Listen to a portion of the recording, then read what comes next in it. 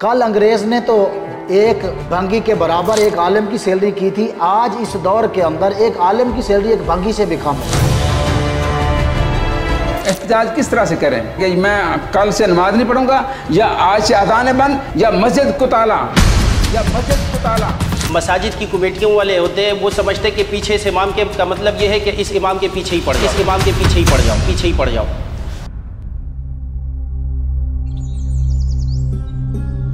मस्जिद अल्लाह का घर है, एक ऐसी जगह जहां बादशाह फकीर एक ही सफ में खड़े हो जाते हैं, यानी अमीर गरीब सब बराबर हो जाते हैं। लेकिन इन सब की इमामत करने वाला हमारा मौलवी क्या हमारे मुआशरे के किसी आम फर्द के बराबर है?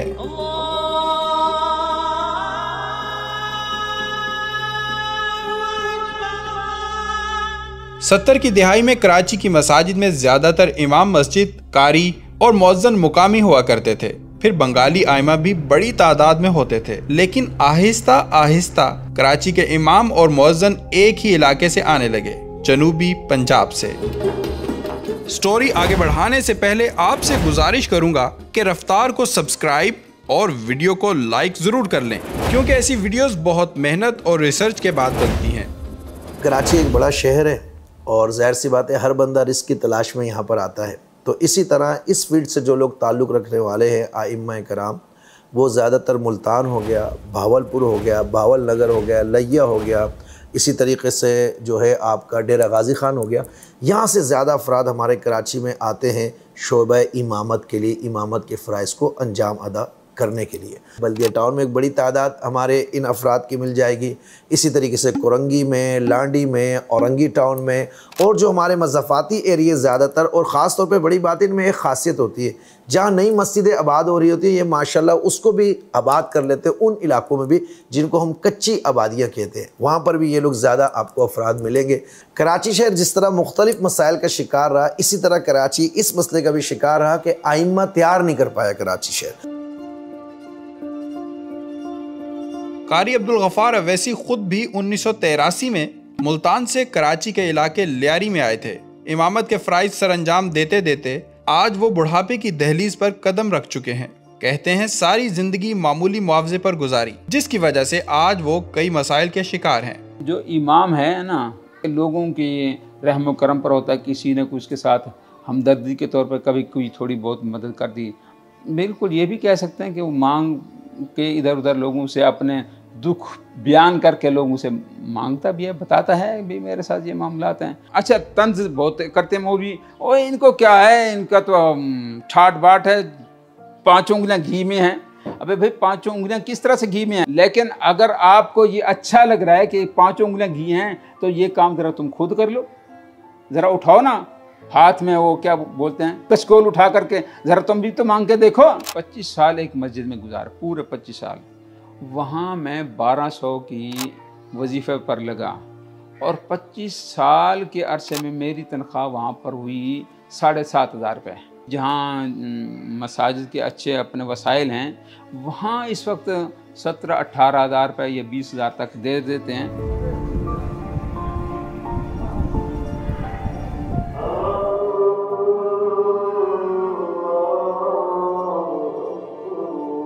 कारी अशरफ भी एक अरसे से कराची के इलाके सदर में इमाम मस्जिद हैं, और इनकी तनख्वाह या वजीफ़ा कह लें सिर्फ 20,000 रुपये है।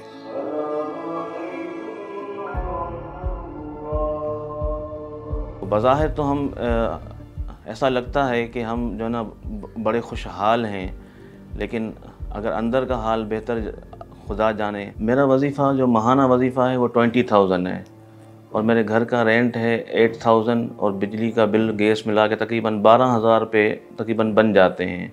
फिर बच्चों की फ़ीसें हैं, दो बच्चे हैं, उनकी 3,000 रुपया सिर्फ स्कूल की फ़ीस जाती है। तो मतलब ये होता है कि मेरे पास घर में राशन डालने के भी पैसे, हमारी जो वजीफ़ा होता है उसमें से राशन भी डालने के पैसे नहीं बचते। मेरा बेटा है जिसकी उम्र तकरीबन 13 साल है, बच्ची की उम्र तकरीबन 6 साल है।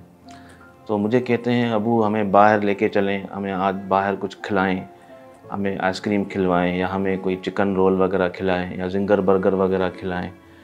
तो इतने भी मतलब हमारे पास पैसे नहीं होती पेमेंट के हम उन अपने बच्चों की ख्वाहिशात को पूरा कर सकें। बिस्मिल्लाहिर्रहमानिर्रहीम। जिन आइमा हजरात की औलाद इन छोटी मोटी ख्वाहिशात से आगे बढ़ गई हैं, उनके मसाइल और भी बड़े हैं। हम जब किसी के यहाँ निकाह पढ़ाने के लिए जाते हैं, लोगों की वहाँ ठाट बाट देखते हैं, एक फंक्शन होता है, एक अच्छा खाना होता है, और फिर उसके बाद अपने घर में बच्ची बैठी हुई है, उसके लिए भी हम सोचते रह जाते हैं कि हमारे बच्चों के लिए भी क्या होगा। कुछ भी नहीं होगा। एक बंदे ने मुझे खुद पेशकश की थी कि यार इमाम साहब की बच्चियाँ हैं, इनसे पूछ लो इनकी बच्चियों की शादी के लिए क्या क्या चाहिए होता है। मैंने बयान कर दिया उनको, तो उसने कहा आपने क्या करना है इसके लिए, एक देख बना लें और वो सूट बना लें, बच्ची को रुखसत कर दें। और भाई ये तो मैं कर लूँगा, लेकिन बात ये है कि मुआशरे में एक इमाम की बेटी को कोई मकाम मिलना चाहिए कि नहीं मिलना चाहिए।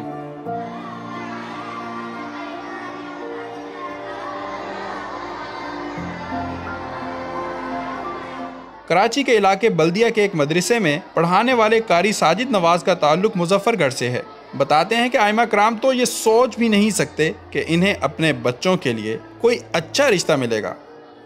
अगर मैं ये सोच कर बैठूंगा ना कि मैं आला ख़ानदान में अपने बच्चों की शादियां करूंगा, तो आला ख़ानदान वाले अभी भी मुझे कबूल नहीं करेंगे, क्योंकि उनकी नज़र में एक मौलवी ही है, और उनको पता है कि मौलवी है, ये क्या खिदमत कर पाएगा, पता नहीं घर चला पाएगा कि नहीं चला पाएगा, जो है वो ये अखराजात अफोर्ड कर सकेगा या नहीं कर सकेगा।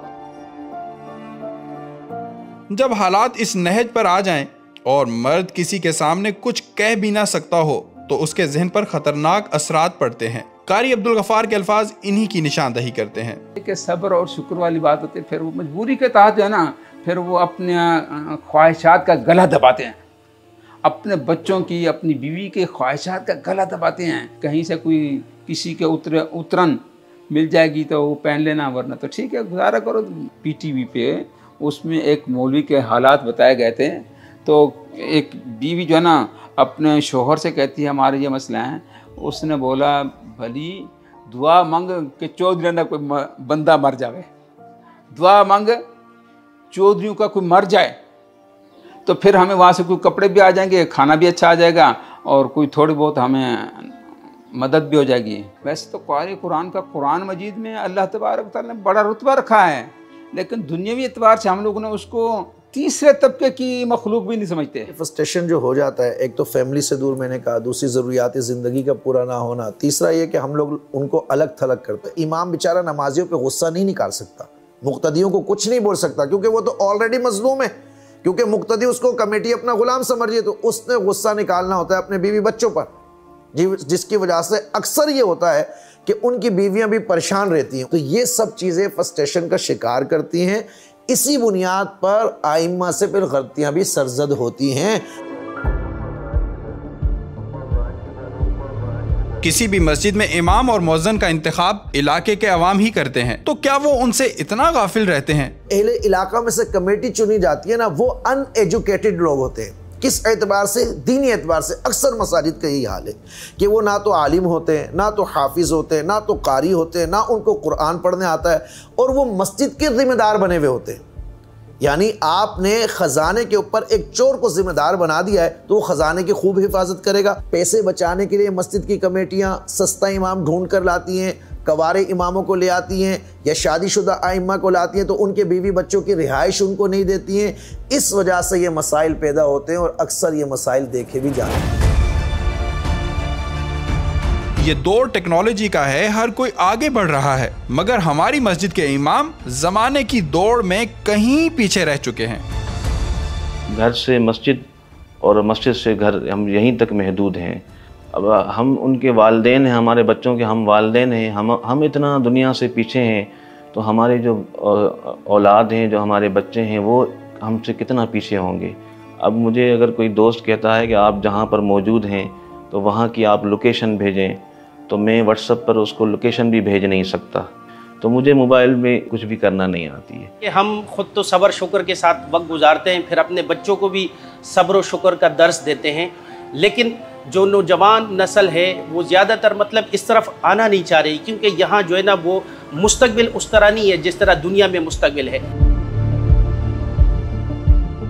आखिर ये सब हुआ क्यों? हमारा दीनी तबका जो किसी जमाने में सबसे पढ़ी लिखी क्लास थी, आखिर इतना पीछे कैसे रह गया? क्या इसकी जिम्मेदारी आम लोगों पर आयद होती है या इसमें कोई किरदार खुद मौलवियों का भी है?